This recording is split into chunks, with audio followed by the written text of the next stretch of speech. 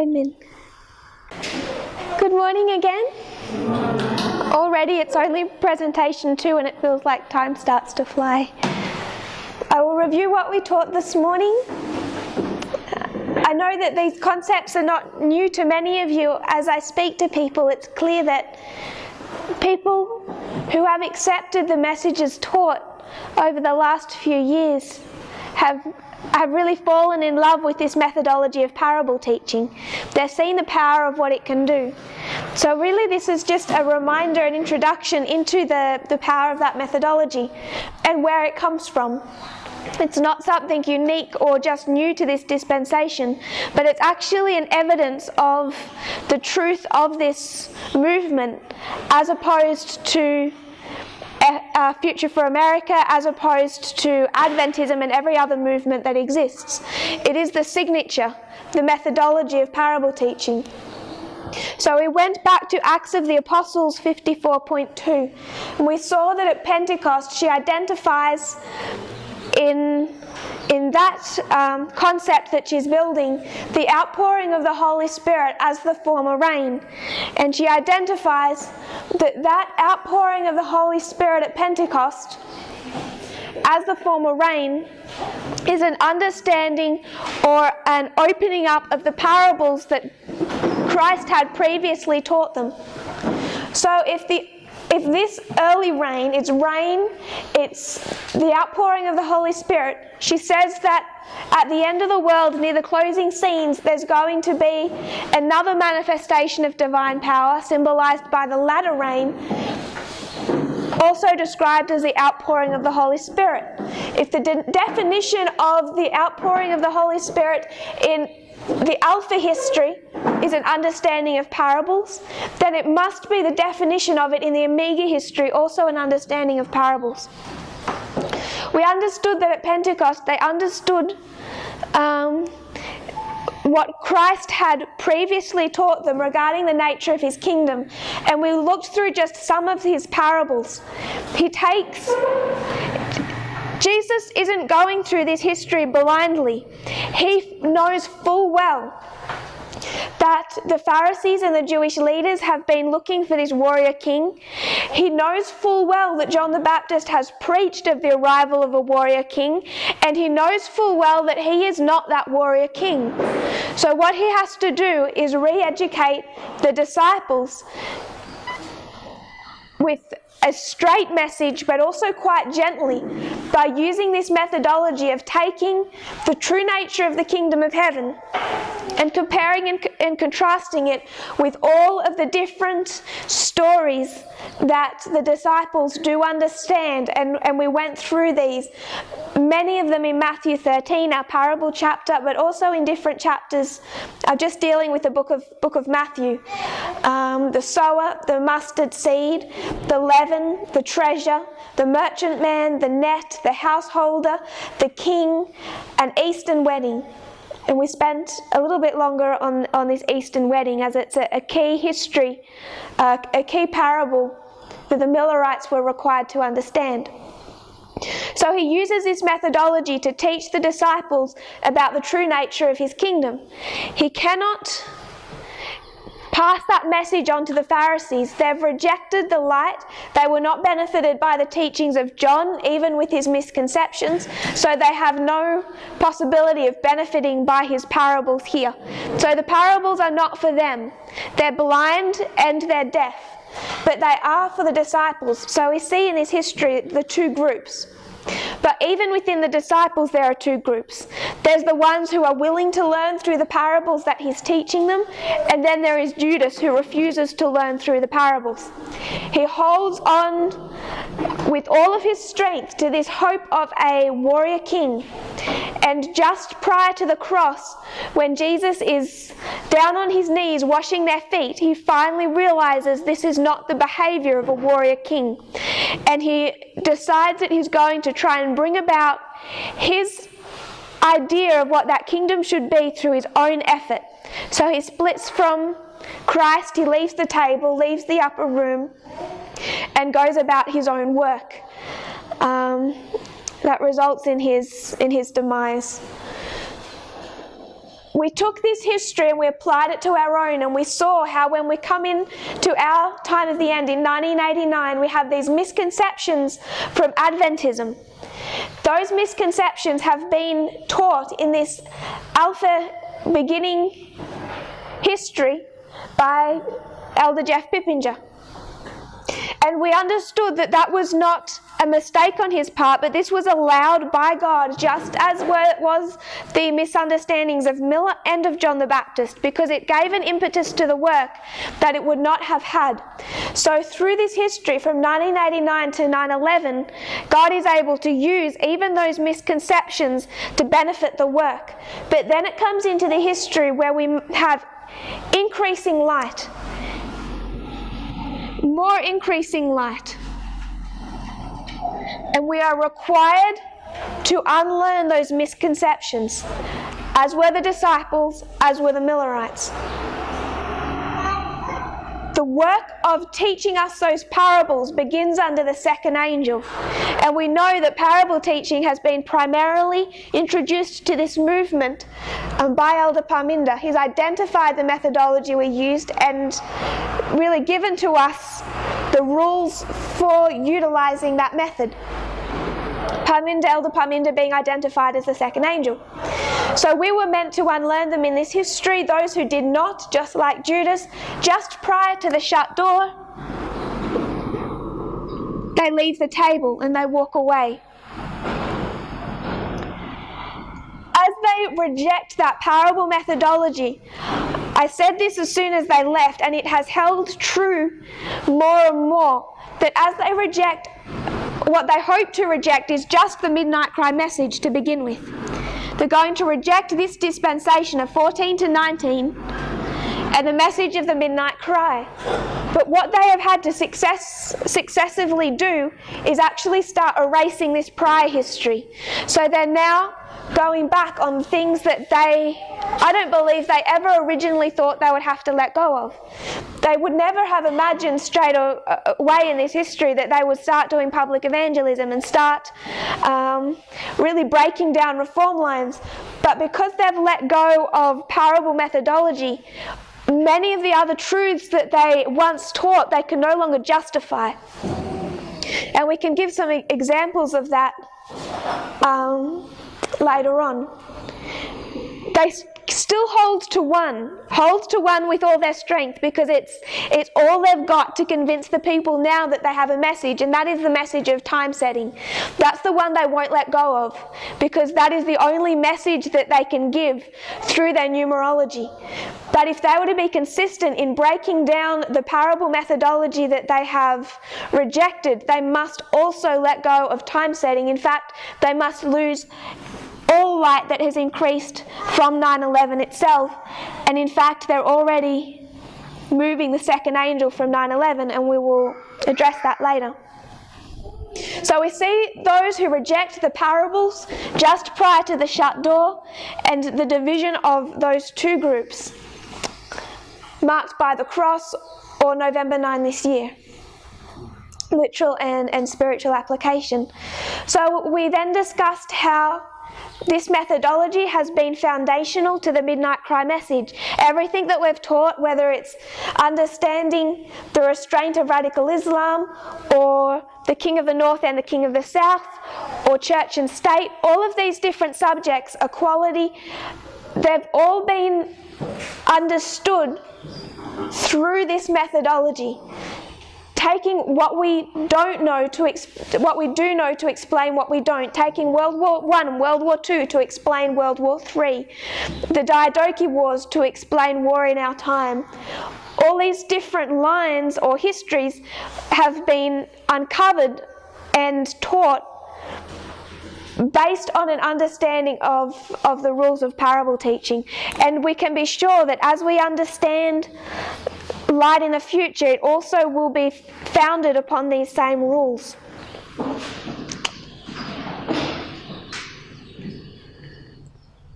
We went to the history of the Millerites. We saw how they had an issue with understanding the nature of Christ's kingdom in 1844. They thought that The bridegroom coming to collect his bride would be the Father, Jesus coming to this earth to take his kingdom home. When in reality that was something that occurred in heaven, and they had to follow by faith the movements within the heavenly sanctuary. So they understood the nature of the kingdom. And we looked at a couple of great controversy passages for that. And while we've primarily looked at the end of ancient Israel to learn about the end of modern Israel, we see the same issue within the time period of the Millerites, where they're taking the misconceptions of Protestantism, how Miller took those, what he thought the earth was and the sanctuary and these different elements, he took those into his own message and incorporated them, and they did not unlearn those messages prior to October 22, 1844, which led to their disappointment.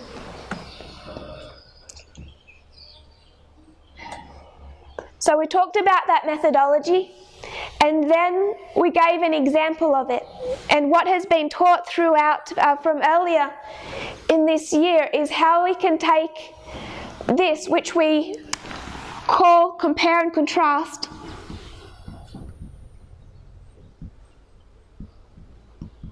comparing and contrasting two different stories built on two different lines to learn or discover information not readily available. And we gave an example of that when we were able to compare and contrast Daniel 11:40 Part A with Daniel 11:40 Part B, the time of the end of 1798 with the time of the end of 1989. And I wanted to focus in that study on the external, on the war between the King of the North and the King of the South. So if you don't mind, I will erase part of this.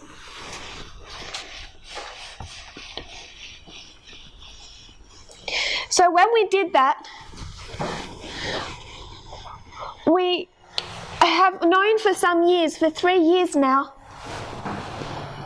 that the King of the South was again a subject of prophecy. We've understood that since 2016. From 1989 to 2016, that's 27 years, we had been under the belief that the King of the South was finished as a subject of Bible prophecy, that it didn't have any other job function, that it had been destroyed, defeated. So we were in this blind spot between Daniel 11:40 and Daniel 11:41, which is the Sunday law, somewhere between 1989 and the Sunday law. And in 2016, studies were presented on Daniel 11, and again, in those studies of Daniel chapter 11, again, although people may not have realized it or known it then, it's again the methodology of parable teaching, taking a literal history to explain our own or the spiritual. So when Daniel 11 was studied, the battles of Raphia and Panium in their literal application were taken to our time, and we could see that the King of the South was still a subject of prophecy. We were still living in a time period of Daniel 11 verse 40. So that was understood in 2016. What this methodology does, though, is show how that is actually a truth already built into just the structure itself. How when we line up 1798 and 1989, there's a war, a deadly wound, and a death. And I'll redraw that more neatly down here. We have 1789.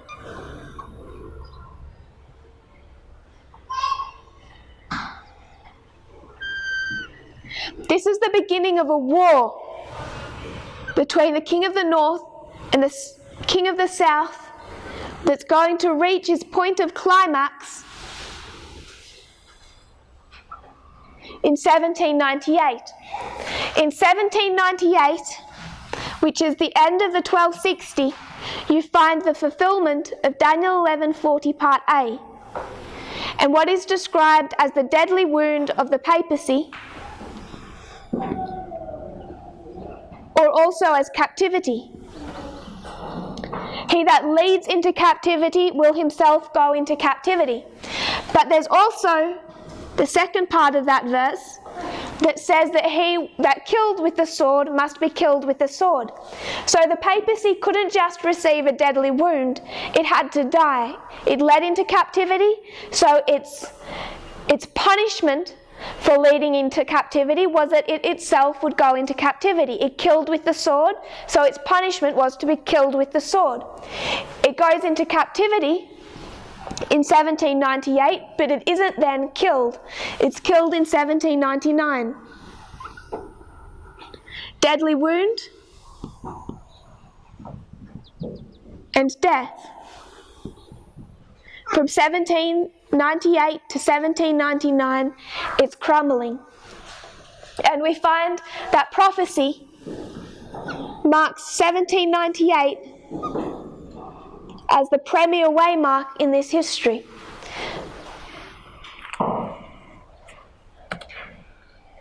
Then we understand Revelation 13 verse 3. So Revelation 13:10 was the one we turned to earlier. He that leads into captivity shall go into captivity. One waymark, the deadly wound. He that killeth with the sword must be killed with the sword. Second waymark, death. Revelation 13 verse 3 takes us forward from that history. It says, and I saw one of its heads as it were wounded to death, and his deadly wound was healed, and all the world wondered after the beast.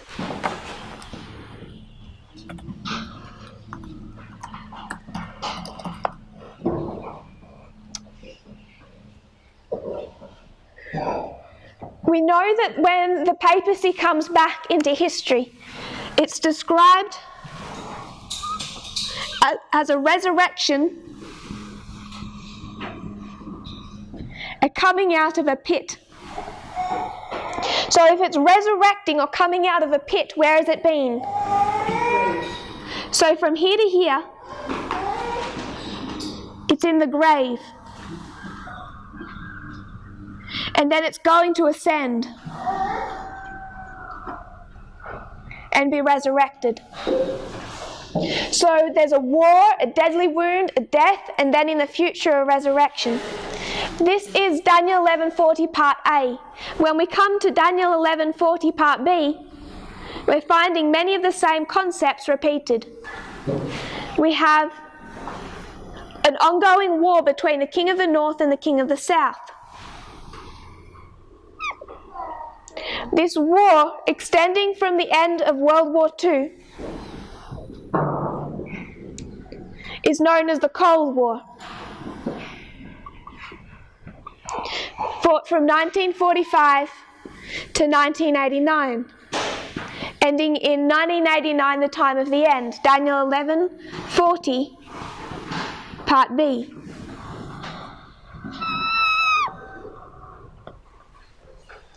Now, in 1989, we see the defeat of the king of the south, with the fall, really all the events throughout that year. We concentrate on the fall of the Berlin Wall, but there are other events in that year that show the demise of the king of the south. But in 1989, you see the Soviet Union receive a deadly wound. But is it then dead? No. The Soviet Union stumbles along until 1991, when it's finally and formally dissolved. The King of the South is not dead in 1989, but it is dead in 1991. You see this progressive fall, just as you do in this Alpha history. So from 1991, we're right to identify the King of the South as dead. But when we use the methodology of compare and contrast, what do we know? What we can be sure of is that it was not finished as a subject of prophecy. If the King of the North could go through this history and resurrect, then the King of the South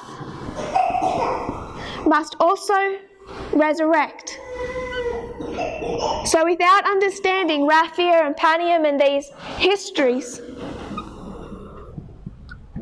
we can still identify the King of the South as being resurrected in our time, just based purely on the structure.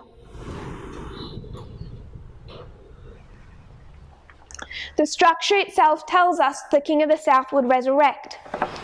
So it caused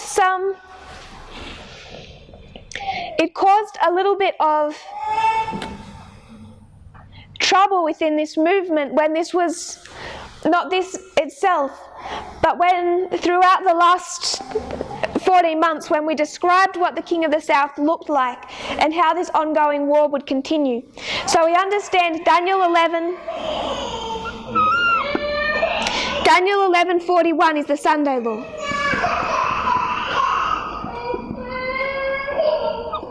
In the history of 1989,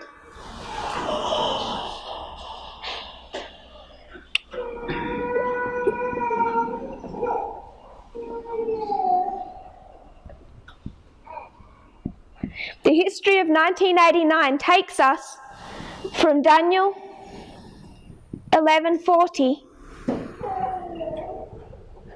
through to verse 41. So Daniel 11 verse 40 extends from 1989 through to the Sunday law.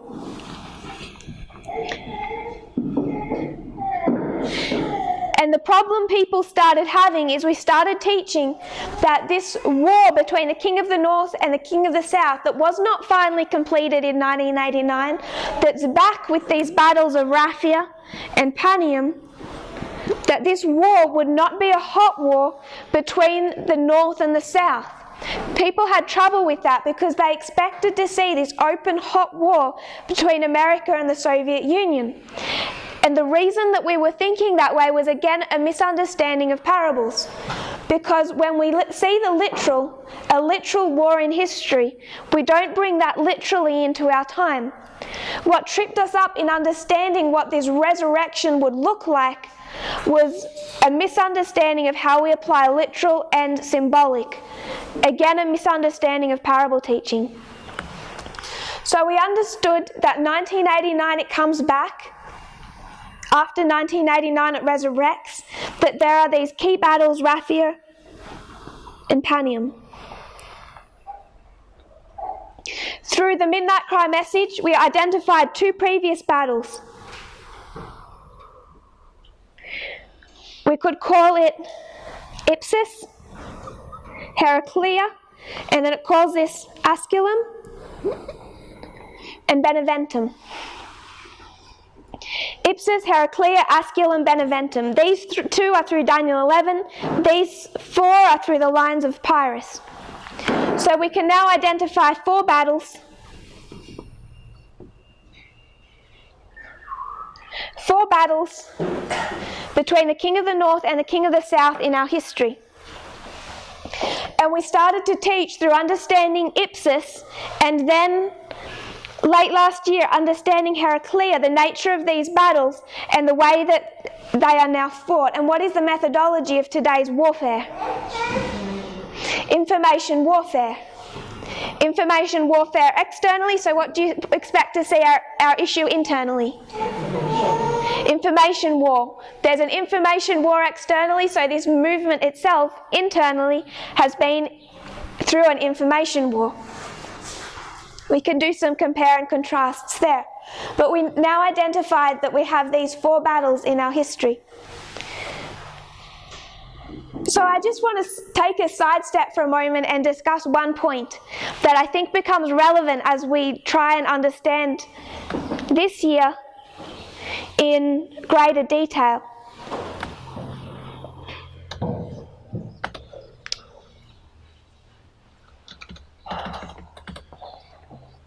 This resurrection of the King of the South, who's leading that?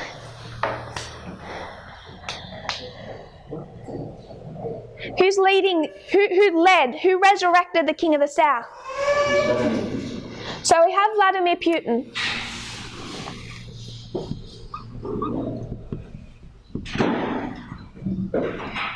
Vladimir Putin caused the resurrection of the King of the South, has been re-establishing it as a global superpower. Is Vladimir Putin a dictator or a type of dictator?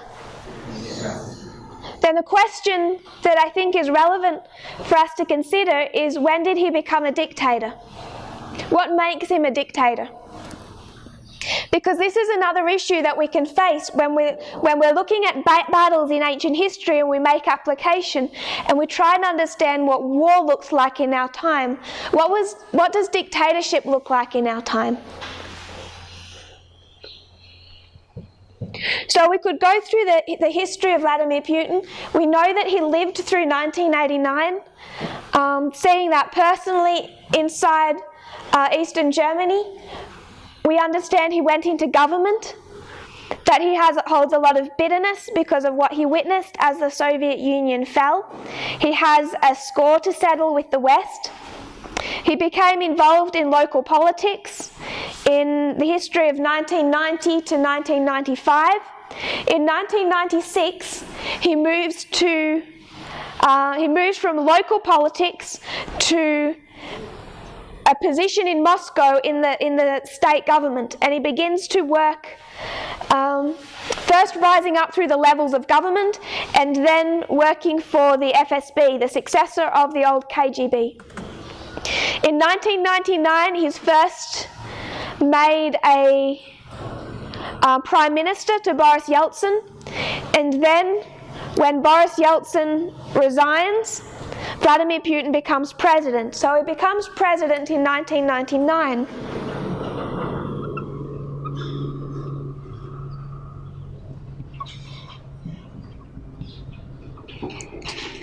In 1999, does Putin already have the mindset of a dictator? Would you call him a dictator then?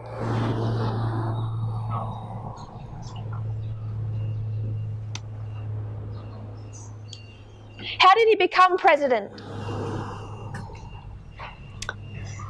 There was a bombing in Russia in some apartment buildings, and there is strong evidence that he, or the FSB behind him, had that orchestrated. He became a national hero overnight, and he used that popularity wave to establish something you could call a cult of personality.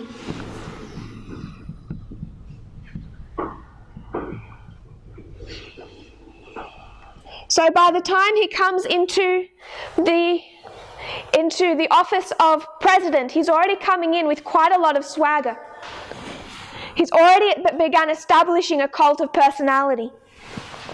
These apartment bombings in Moscow that he is widely reported to have orchestrated himself began to be investigated by a number of journalists.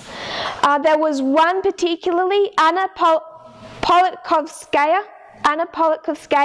She was a Russian journalist. She began to investigate these apartment bombings. She was arrested and put through a mock execution. She was poisoned in 2004 but survived. There was numerous attempts to kill her. On the 7th of October, which happens to be Vladimir Putin's birthday, she was found dead in a lift in central Moscow, just down the road from the Kremlin. She'd been shot in the style of an execution. So she is just the first. A lawyer who had been helping her investigate that apartment bombing died in January of 2009. A journalist came to his aid. She was also killed. One of the informants and colleagues who reported and gave information to Anna was killed in July of 2009. An operative who spoke publicly about Vladimir Putin's rise to power and how it was orchestrated illegally. He fled Russia in 2000. In November of 2006, this is Alexander Litvinenko. He was poisoned and died from polonium poisoning. So these are just a few, just a drop in the bucket of the people that Putin has had to silence over the years, and all of these deaths relate particularly to how he actually became president in the first place. So even at the very beginning, you see his rise to president was orchestrated. It was done illegally, and already through that illegal practice with the purpose of establishing a cult of personality. December 31st of 1999, he becomes president. Through these years, 2000 to 2003,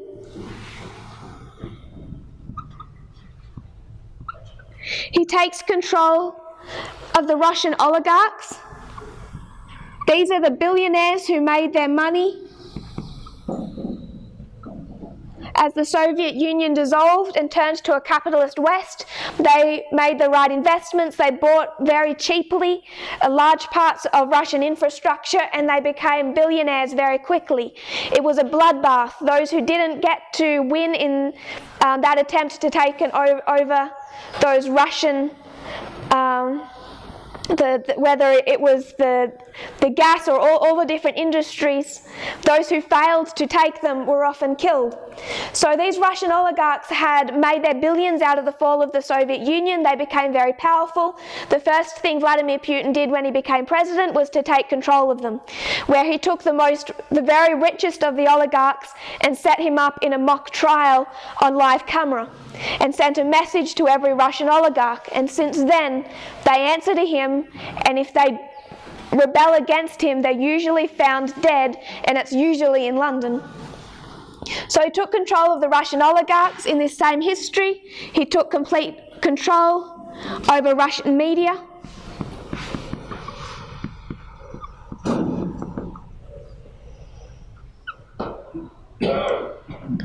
And then over the Russian mafia. So which one of these would you mark him a dictator? Media? All? He's still elected by the people. Mind you, he was democratically elected in 2000. He didn't have to fake that election. They voted him in. In 2004, there's a terrorist attack. This is Chechnyan terrorists. This was an awful, not just terrorist attack, but response by the Russian government, where they sent in, there was a school hostage situation, and the government, under Vladimir Putin's orders, sent in grenade launchers, rockets, tanks, and just shelled the school, and over 300 people died, at least 150 of them being children. So this was an awful terrorist attack and response by the government. And here you see Vladimir Putin begin to blame the United States for all their problems. The war in Iraq has begun, so he's already turning anti-West in a more and more strong fashion. So he's angry in 2004 by the Iraq war, on top of everything that's happened before, and he starts to blame America for empowering the Chechnyan terrorists, saying that they were just a weapon of the West. And he's used that same type of reasoning with most of his enemies, including political protests at home. So when this terrorist attack happens, he uses it as an excuse to, first of all, cancel elections throughout Russia and begin forcing out any political opposition. So due to these terrorist attacks, he convinces enough of the people that the only way to keep them safe was by strengthening the power of his own government. He takes over all the local Russian elections and changes them from being democratically elected officials elected by the people to being placed officials placed through the order of his own political party. So he takes over local governments.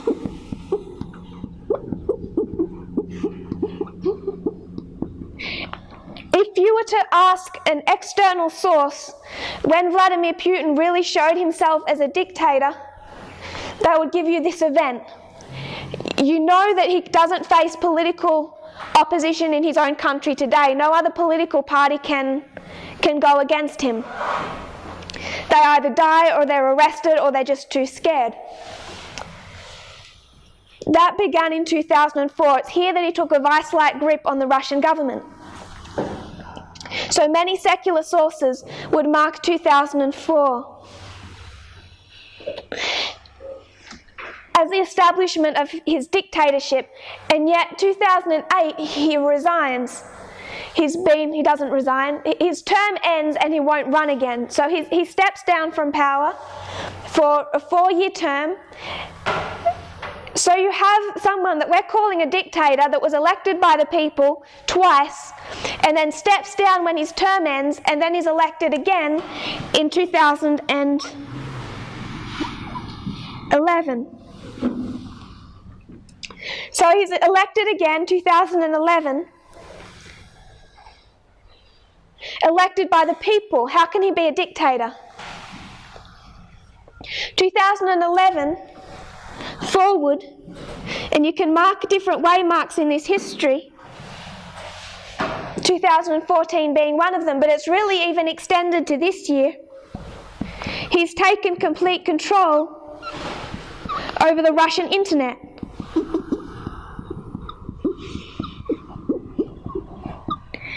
He took over the Russian media, the television networks and radios, but the internet had largely remained free. It isn't until he's back with his third term that he starts taking control of the internet. And he does that over a period of years. This again is excused by, his excuse for doing this is because of the political protests erupting in 2011 against his government.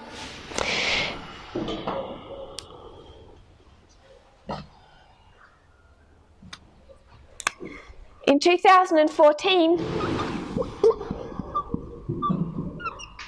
he begins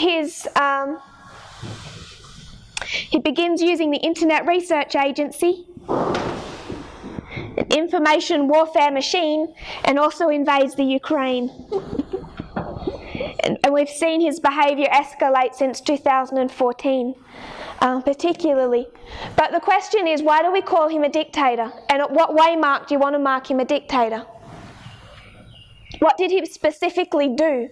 Do you want to mark when he took over the media, as some said? Or do you want to mark when he took over local government? Or when he took control over the internet? It depends on your story where you want to mark him as a dictator. Everyone knows that he is one. But the problem is that he's elected by the Russian people, and many of them, despite the protests, are happy with the work he does, and they don't want him removed. He has the support of his people. He has the support of his own political party.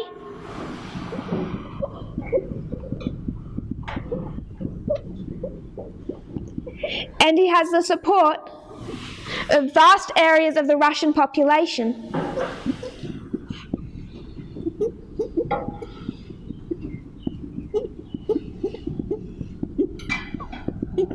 Not just of the Russian population, but you actually find him in pockets throughout the world.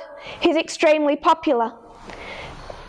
Particularly, interestingly enough, even in conservative America, they like Vladimir Putin, which is why they had no problems with his close relationship with Donald Trump. They see Vladimir Putin who is a strong leader who defends the West, defends Europe against immigration, defends Christianity from gay marriage and all those different immoral things. They see him as a strong moral leader.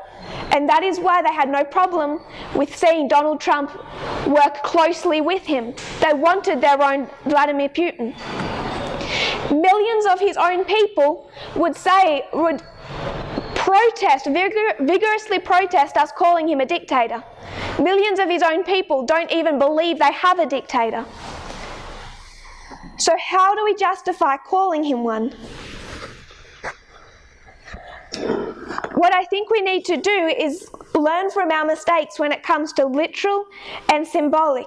When we see a war 2,000 years ago, 3,000 years ago, let's say Ipsus, when we see the Battle of Ipsus and we see a hot war, that we don't take that to 2016 and expect a hot war. Was it a battle?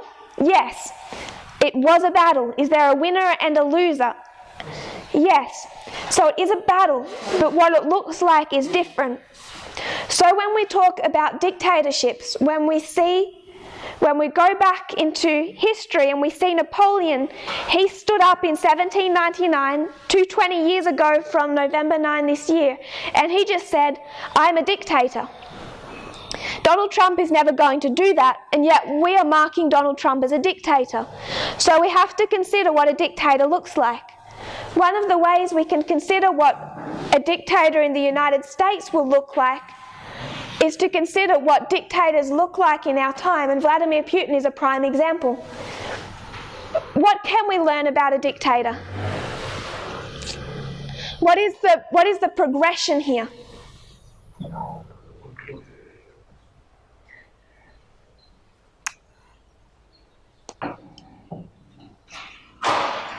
Vladimir Putin, he's establishing himself as a dictator. It's progressive. I think I heard a brother mention progression, but it doesn't stop us being able to mark waymarks in this time. 2004 is a waymark where you could say Russia now has a dictatorship. Just as you would say 2019, the United States has a dictatorship. You can mark waymarks, but the whole process is progressive.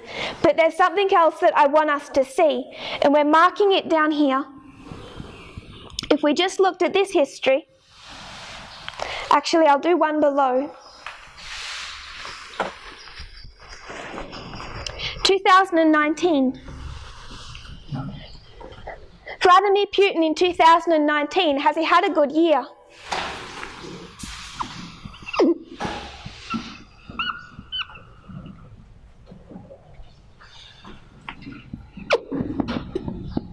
It's been victory on a global scale, all the way from Venezuela at the beginning of the year down through December with China. This whole of the year has been victory, one after another, for Vladimir Putin, all across the world.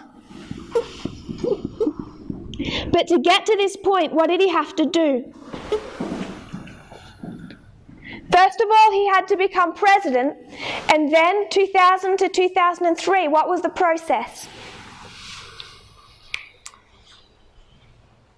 What I want us to see is a similar principle to what we teach within our own reform line. If we were to look at the reform line of the 144,000, as Ellen White sees it, she's going to talk about the second advent. She'll talk about the close of probation, and she will talk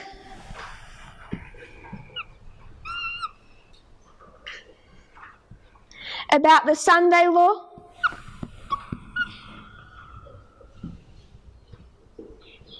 and the loud cry. This is what Ellen White gives us. Sunday law, loud cry, close of probation, second advent. We've understood and we've added to that 1989.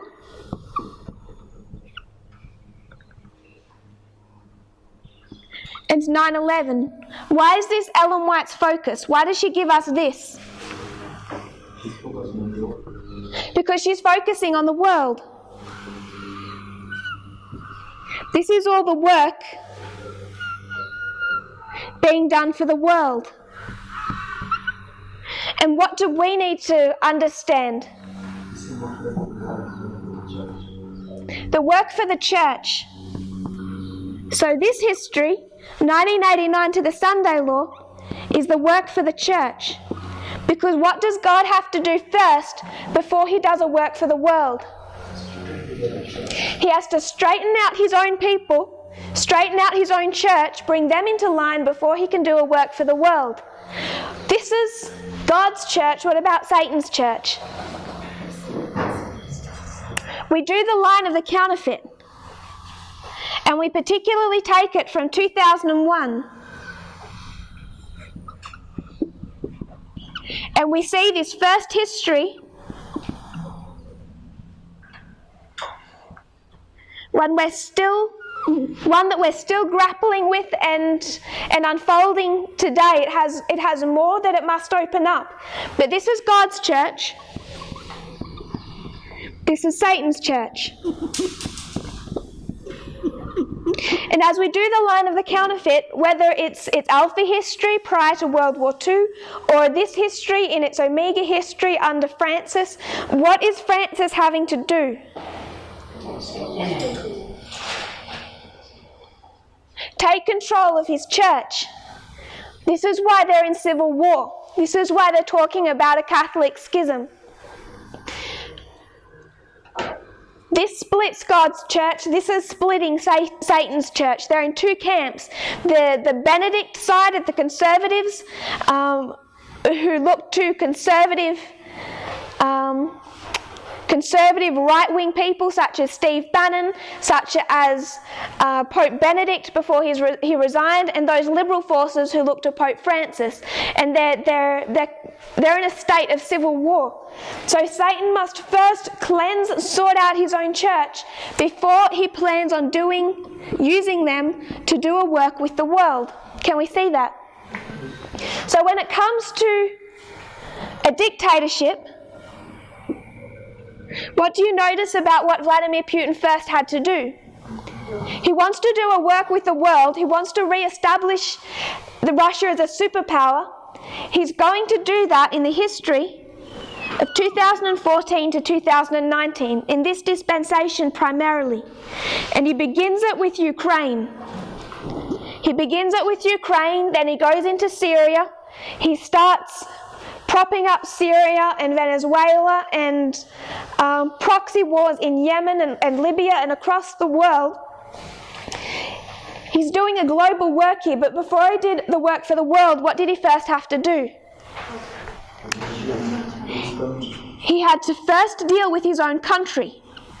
Not just his own country, but his own political party. 2 steps. This is 2 steps, is it not? Yes. First the church, then the world, but it's in 2 steps. We can mark the harvest of the priests from 2019 to 2021, then the harvest of the Levites. Priests and Levites. So as Vladimir Putin does his work, you have it in 2 steps. First of all, he has to take control of his own political party. He does that in these early years. From the time he's established as president, what does he begin to do? What does every dictator begin to do? Stalin did it, Hitler did it. They begin to purge. Purge their own government of every single dissenting voice. They purge their own political party, and then once they've got their own political party composed entirely of loyalists, then they take over their country and any other dissenting political party. So first they purge their own party until they have a unified, strong party that would not dare say a word against them, and then they must do a work over every other political party. So in the history of 2004, taking over from local governments, starting to silence any other political party that is a threat to United Russia, his political party. When he does this to the country, he also begins to take over the internet, and then from 2014 to 19, it's the world. Then he can start doing a work. There's no point doing a work for the world where he does not have a dictatorial grip on his own country. First the church and then the world. First Russia and then all the other countries. First the church in 2 steps. First his own country in 2 steps. His own political party, those who he expects to back him, and then every other political party and local government. So I would suggest that he has been a dictator since 1999. He was a dictator at the very start, and all that has been is a process of establishing himself. So when we come to Donald Trump in 2016, he's elected president, yes? He's elected president in 2016. Prophecy already marks him as a dictator. People can't see it unless they want to see it. If you follow the right stream of information and you follow his rhetoric, he's already talking like a dictator. He has all the lingo of a dictator. He's saying through the 2016 election, if I lose this election, I may not accept defeat. I might just proclaim myself president anyway. He's calling on his party to be entirely loyal to him. He's calling on foreign governments to help him. He's criticizing every other media organisation that does not support him. He also has some links to the American version of the mafia too, but I won't go too far into what can turn into conspiracy theories. He did have a business associate with close links to the mafia. But you can see the same steps. What must be Donald Trump's first work to establish a dictatorship? And what party is that? The Republican Party. So first he's going to purge the Republican Party. From the time in we go back to 2015, he's running for office, and how many Republican congressmen, members of government are supporting him? Not very many. You have some that are already speaking against him. They're saying that he has no experience in government, that he has no moral compass. I would just mention one. If you looked up the name Lindsey Graham, I'm not sure if I'm spelling that correctly. Maybe an A. If you looked up Lindsey Graham and saw what he was saying about Donald Trump in 2015, he said he's not fit for president, he has no moral compass, he has no experience in government. Many Republicans are opposing him. And then from 2016 to 2019, what has Donald Trump done? First, he became president, and then he began to purge.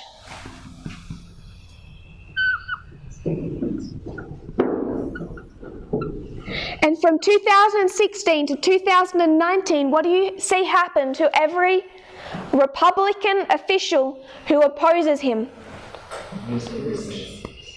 They either quit or they are fired. They resign or they are fired. If they can be fired, they're fired. If they can't be fired, they already know that to speak against Donald Trump is to kill your political career. So many of them, something like 40%, have quit in the history of 16 to 19. The Republican government officials who are speaking against Donald Trump at the moment have already ended their political career in the last couple of years and resigned because they know that they have no future in government now. So from 16 to 19, he completely purges his party. If you were to go back to the history of Hitler, how did Hitler purge his political party? He took power in 1933. 1933, Hitler takes power, and then it's known as the Night of the Long Knives.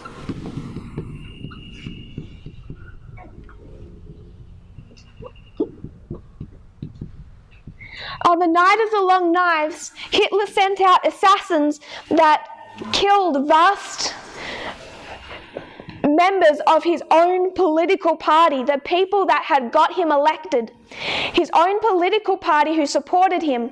One of those men that he had killed was dying on the ground, knowing that he had just been stabbed on Hitler's orders, and he's still saying, "Hail Hitler." That was the extent of some of their loyalty to Hitler. But because they were a threat, he had them killed. And if they weren't supporting him, they were also killed. They were all purged from his government. He had to do that internal purge of his own government before he could take over the country as a dictator, or before he could then begin World War II. Extend that, start taking other countries.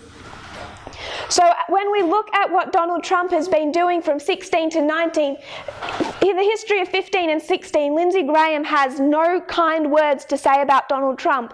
What does he say about Donald Trump now? He's completely bent the knee. He's kissed the ring. He would do anything Donald Trump told him to do.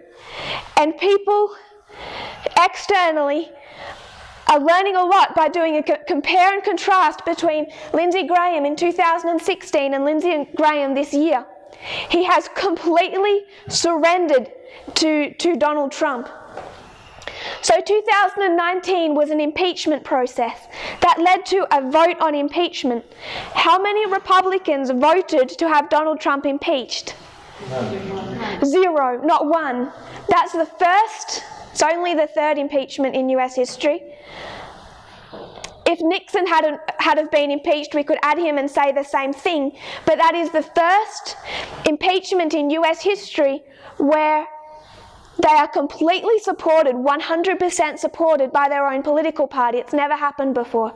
And it's never happened before because they've never had a dictator who's begun the work by taking over his own party.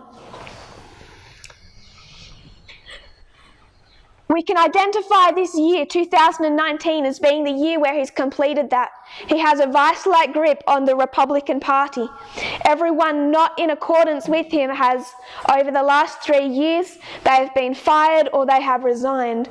And we know next he will take a grip on the country, all before he can extend that from Palm Sunday law forward. So what I wanted us to consider was, what does a dictatorship look like?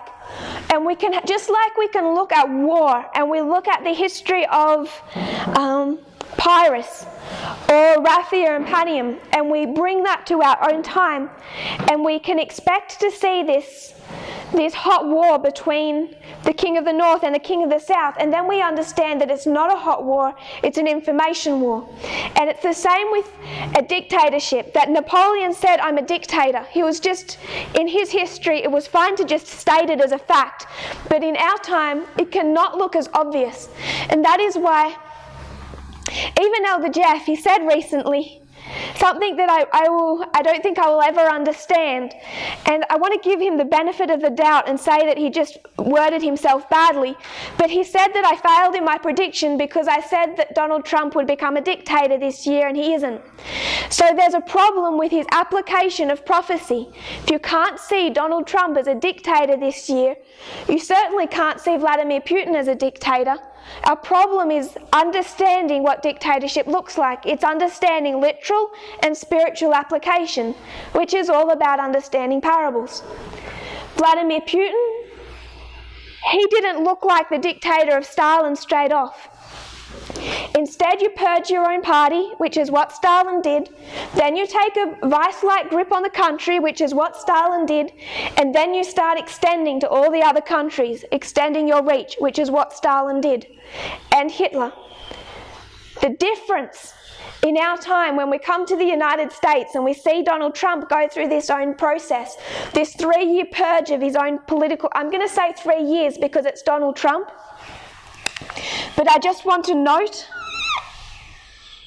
that that purging of the Republican Party began in 2014. It was the work of 3 men: Steve Bannon, Stephen Miller, Jeff Sessions. Again, it encompasses our dispensation. They began to purge the political party, the Republican Party, in 2014 because Steve Bannon, leading these 2 men, and I don't mean to be misunderstood. I think Stephen Miller should get much more attention than he does. The other 2 get the attention. It's Stephen Miller we should be watching. But led by Steve Bannon, they understood that the first thing they had to do was to establish the America they wanted, the far-right, Christian-led America, was to first change the Republican Party from the inside, then take government. So this work of overturning the Republican Party began in 2014. I'm marking 16 because this is when it happens under President Trump. But when he goes through this process, he's purging people, his own party. How does he purge them? It's not with guns and knives as Hitler and Stalin used. How does he purge them? Sorry? In the ballot. In the ballot? And how does he get them out in the ballot? He's taking control of the voting base. The voting base? How does he take control of the voting base?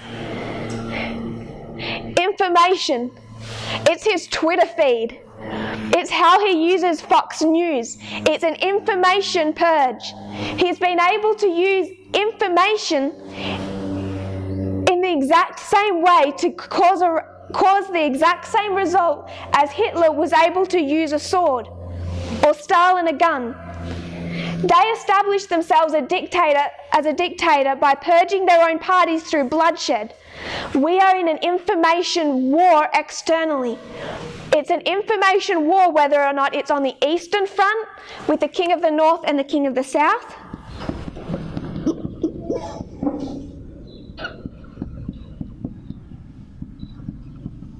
or the Western Front, internal to the West, within even the United States itself. Both of these, Eastern Front and a Western Front, is an information war.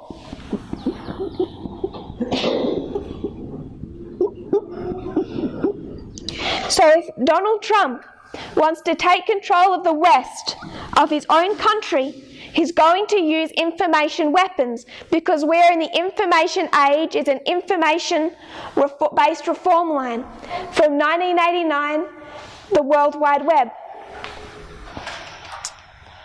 So just using his Twitter feed, and if you watch how Donald Trump treats his own Republican politicians who so much as voice the slightest hint of discrepancy with him, if they so much as hint as being opposed to him on any level, in any way, however minor, however insignificant, he launches a Twitter attack that terrifies them. They are afraid of the way he can use information.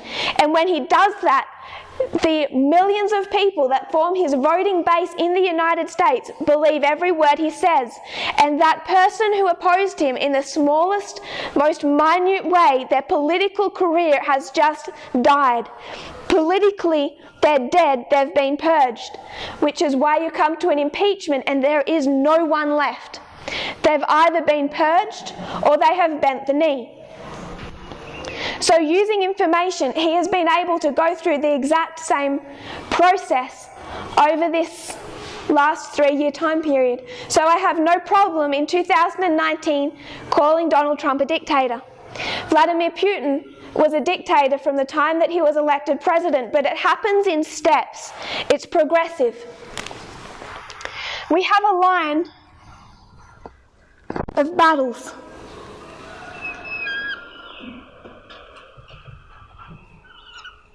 (2016). I'll skip 2018, we'll go to Raffia.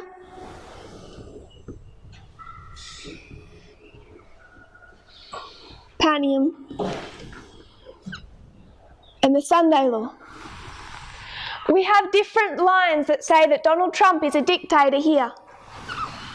Some say he's a dictator here. Others say that he's a dictator here. And finally, he's a dictator here. And why would you mark a dictatorship at Sunday Law? Sorry? Yes, he would. I would suggest he's here. Now he can do it for the world. Because from Sunday Law forward, you know that he's going to extend that dictatorial power for the world. And how do we know that it's here? What do we mark at the Sunday Law?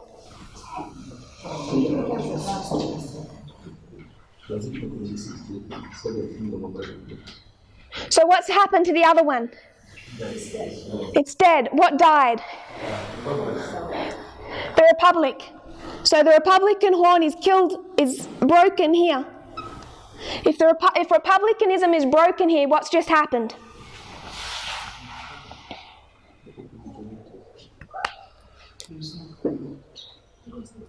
The Constitution, you can mark a dictatorship, because what has he just done? If he's broken republicanism, he's taken full control of the country, has he not?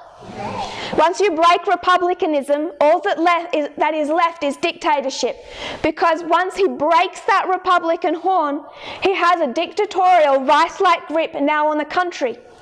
First, he has it over his own political party. Then he must get that dictatorial grip over the whole of the country. And then when he has that, the Republican horn being broken, then he can extend that dictatorial control over the world. So again, we're marking that progression. He's a dictator as soon as he's elected, as is Vladimir Putin. Depending on the history or the line that we're taking. But when we take all of those histories and condense them together, what they give us is a clear line of progression. He was as soon as he's elected, then he's going to purge, then he's a dictator in 2019. The purge is complete, and we see that particularly with the vote at the impeachment hearings.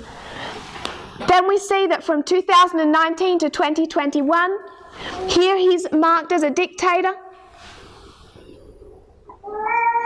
The King of the South is defeated, that restraint is removed, and then finally at the Sunday Law, he finally manages to break that Republican horn.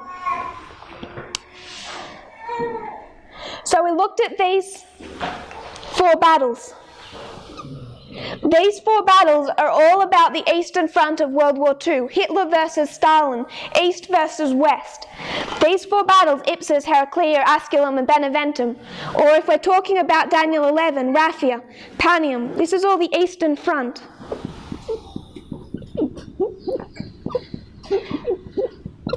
And when you consider the Eastern Front, it's an information war. We should have expected this. There was no battle in 1798. There was no battle in 1989. In fact, in 1989, you don't even see, you have no visibility on the United States being involved in the fall of the Berlin Wall, unless you want to extend out to other dates, other years, and see the whole work of American interference. But at the fall of the Berlin Wall, you certainly don't see them. There is certainly no battle. There is no battle here either. So when we come to our history in 2016, there's no open hot battle. But we know it's an information war and there's a winner and a loser, and the results are just as real. When we say literal and spiritual, it doesn't mean that spiritual doesn't exist. Donald Trump is a dictator. There is a winner and a loser. There is a dictatorship. All of these things are real events. It's what they look like that changes. So this was an information war, 2016.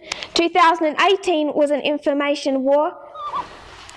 And what we have seen through Raphia is also an information war. I just want to read from one news article.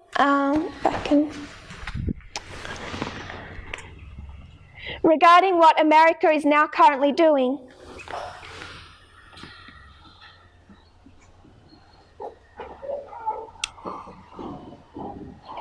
This is from the Washington Post.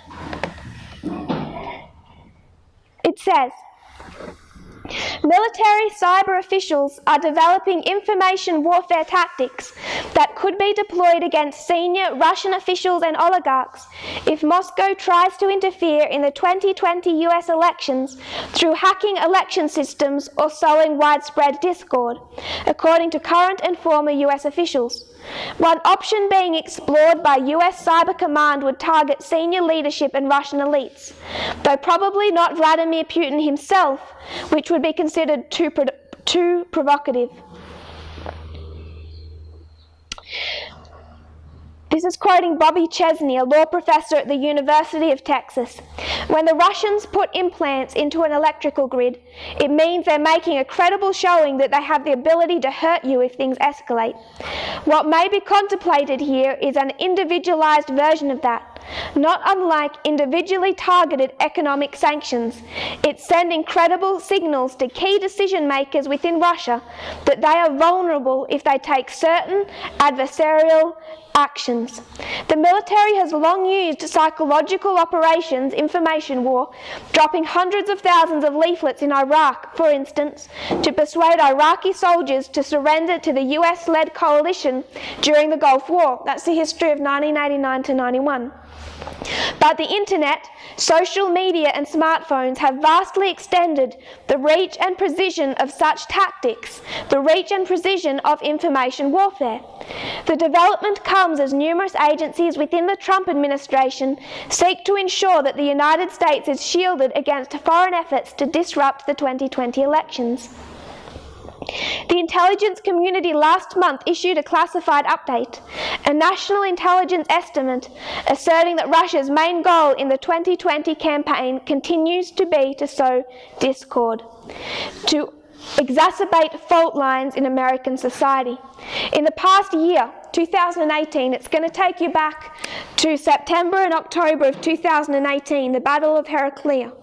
And that's already been discussed as an information war that took place over those 2 years. In the past year, Congress and the Trump administration have eased restraints on the American military's use of cyber operations to thwart foreign enemies. The push is part of a move by military officials, such as Paul Nakasone, who heads both Cybercom and the NSA, the government's powerful electronic surveillance arm, to weave cyber offensive capabilities into military operations. The 10-year-old command's foray into influence operations reflects an evolution in thinking. It's a really big deal because we have not done a good job in the past of integrating traditional information warfare with cyber operations, Chesney said. But as Russia has demonstrated, these two are increasingly inseparable in practice. While other military organisations such as Joint Special Operations Command also have cyber information war capabilities, Cybercom is the first to turn such powers towards combating election interference. The options being considered build on an operation Cybercom undertook last fall in the run-up to the midterm elections. We spoke about the midterm elections in connection with the Battle of Heraclea, and we linked it to that. Beginning in October of 2018, Cybercom used emails, pop-ups and texts to target Russian internet trolls who were seeding disinformation on US social media platforms. This was the information battle of Heraclea. The trolls worked for the IRA, Internet Research Agency, a private entity controlled by a Russian oligarch close to Putin. Controlled by a Russian oligarch because they will do every bidding that Vladimir Putin tells them to do. Cybercom also messaged hackers working for Russian military intelligence, indicating that their identities were known and could be published. Although the command did not sign its messages, the Americans knew there would be no mistaking who had sent them. When the trolls persisted, Cybercom, beginning on election day and for at least 2 days afterwards, knocked the Internet Research Agency offline. The Americans also sent messages aimed at spreading confusion and discord among Russian operatives, including computer system administrators. Some workers were so perturbed that they launched an internal investigation to root out what they thought were insiders leaking personal information to the US. The new options contemplate targeting key leaders in the security services and the military and potentially oligarchs. The messaging would be accompanied by a limited cyber operation that demonstrates the Americans' access to a particular system or account and the capability to inflict a cost. The options did not envision any attempt to influence Russian society at large in the way that Vladimir Putin uses disinformation, sows disinformation in America, and the reason that they cannot sow disinformation so easily within Russia is because of the vice-like grip that Vladimir Putin has on the internet and the media.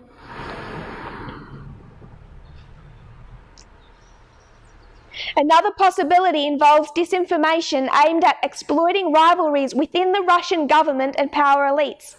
In 2016, the National Security Council, aides in the Obama administration, developed cyber options against Russia similar to those being contemplated by Cybercom now, but no one had an appetite for it.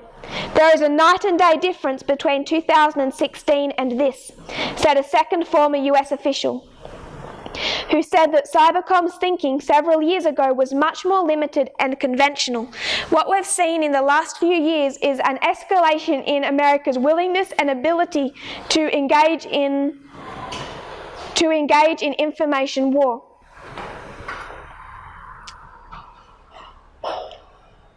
Because they've lost 3 battles now. Cyber Command got a boost in August of 2016 when Congress clarified that cyber actions that fall below the use of force, it's called the grey zone, can be conducted as traditional military activities as distinct from covert action. All that means is they do not need the same amount of oversight now to conduct something that would be considered information warfare. The government is much more free within the United States to quickly and strongly use information warfare tactics. Also enhancing cybercom's flexibility was Trump's signing in September of 2018, again we trace that all through the history of Heraclea, of a national security presidential memorandum that revised the process by which cyber operations are vetted and approved. No single office within the Defense Department oversees cyber, electronic warfare, and psychological operations. So this month, Congress created a Senate-confirmed position of Principal Information Operations Advisor to coordinate strategy and policy in this area across the Pentagon and with other agencies. So prior to this, to conduct information war, every different agency can do little bits. But what they've done this month is centralize it, so it has one person who has oversight over information warfare tactics throughout the US Defense Forces.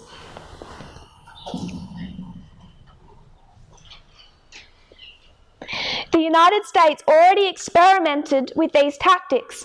In 2014, it released satellite images and other sensitive intelligence that showed Moscow had trained and equipped pro-Russian rebels in Ukraine. Basically, says Sean McFate, a foreign policy expert and author of The New Rules of War, it's a war of strategic narrative. We need to get into that domain. So this man wrote a book called The New Rules of War, and he's talking about the use of information, cyber, and strategy as being the new plane of warfare today. So we're out of time, and I will just summarize. We did our compare and contrast, and it took us to identifying that the King of the South would resurrect in our time. We've already understood that through Daniel 11. Now we are understanding that also through just the basic structure itself. We understood that the King of the South resurrected. We understand that happens under Vladimir Putin. Then we asked when it happened under Vladimir Putin. So we gave his history, not all of it, but some key events, and perhaps there's others that I've missed. But we marked his beginning as president, how he'd already begun to establish a cult of personality before he became president, how he took over the Russian oligarchs, the media, the mafia. Then in 2004, local governments and started to squash opposition parties. 11 to 19, the Russian internet. Particularly marking 2014, he begins this work, first in the Ukraine and beginning to create the Internet Research Agency, which conducts information warfare all across the world, particularly involved in the 2016 American election. So he begins his work on the world in 2014, and he sees that come to total victory in 2019. He's had victories this year all across the world, and we'll discuss that another time. So if this is what a dictator looks like in our time, we can see it's first of all progressive, and that progression can be marked in 3 steps. First, his own political party, then extending control over the country, other political parties, local governments, and then finally, when he has control of his country, over the world itself. If this is the model of Vladimir Putin, it's in 3 steps, and we understand that these 3 steps are a repeating structure that we identify God uses in his church. Twice the church, then the world. Satan's church, his church, then the world. And if we investigate, we may see the 2 groups here. But we see priests, Levites, or first, second, and third. And then we see within the glorious land, or the King of the South, that first their own country in 2 steps, and then the world. When it comes to doing this work of purging the political party, they're using the same tactics. Donald Trump is using the same tactics on the Western Front as they have used on the Eastern Front. The Eastern Front being their battles with Russia. This was information war, this is information war. So Donald Trump, to establish himself as a dictator, is using information war, whether that's his Twitter feed or Fox News, primarily those two. And by doing that, he has been able to do the exact same work that Hitler did with weapons and bloodshed, and that is to purge his political party, his own political party, of all dissenting voices from 16 to 19.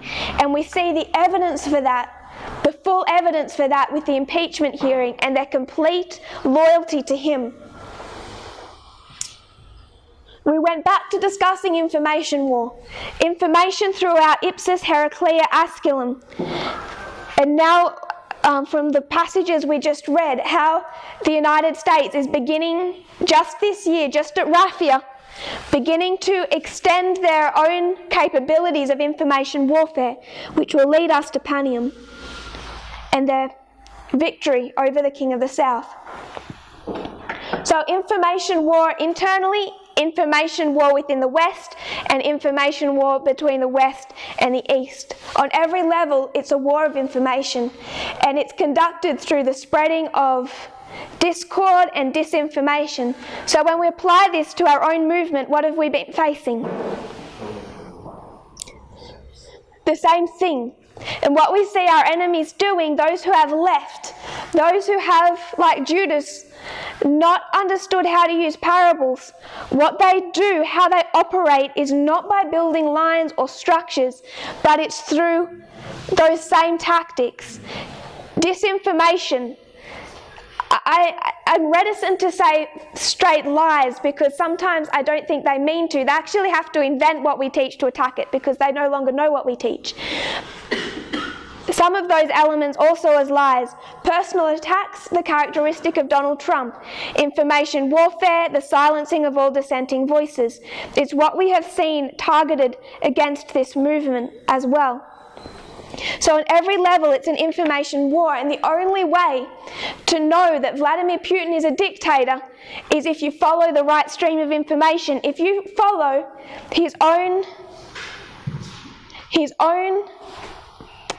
media voice, his own channel of information, you can never identify him as a dictator. Instead, he's some type of hero. If you follow Fox News, you would never be able to identify a dictator, either at 16 or 19, or at the Sunday Law. They won't be calling him a dictator at the Sunday Law. The only way to truly identify what is happening with Vladimir Putin is to follow the right sources of information. They won't all call him a dictator. The only way to understand Donald Trump in the United States is to follow the right source of information. So internally to this movement, the only way to follow correctly the history that we're walking through as a movement is to follow the right stream of information.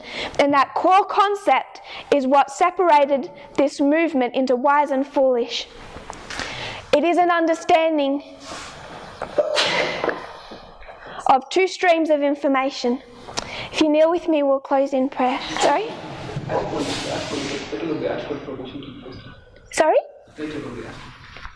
Yes. I can write that on the board, and then if someone has it to share, to copy and paste and share. It's called US Cybercom. I'll write it.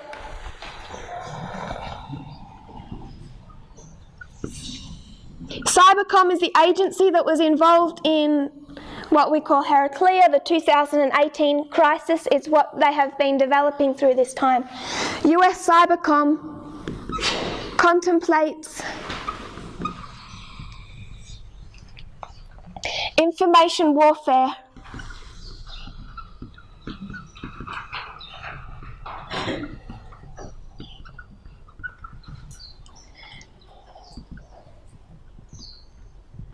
To counter Russian interference.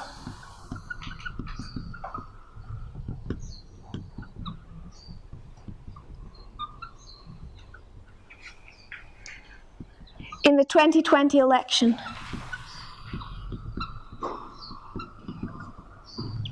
And that's a Washington Post article, if someone has it, that they could share with others that may not have access.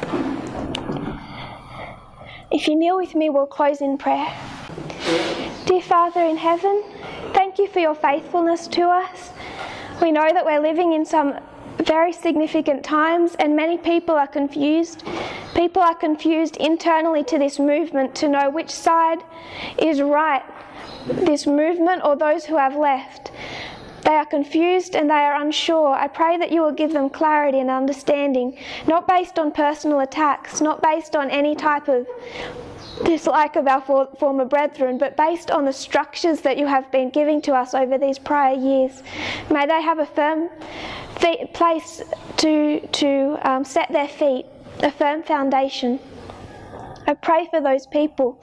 I know others who are personally struggling with the tactics being used right now, the pain it has caused, the difficulties. I pray that they will be encouraged by seeing the prophetic application of these things. Lord, we know externally many people are confused there. As priests, Lord, you are training us to do a specific work. I pray, Lord, that you will bring this in each of our lives to completion, that we may be able to do that work for you, that we can give all those who are willing a clarity and understanding of these external events and what they teach us about you. I put all these things into your hands and pray in Jesus' name. Amen.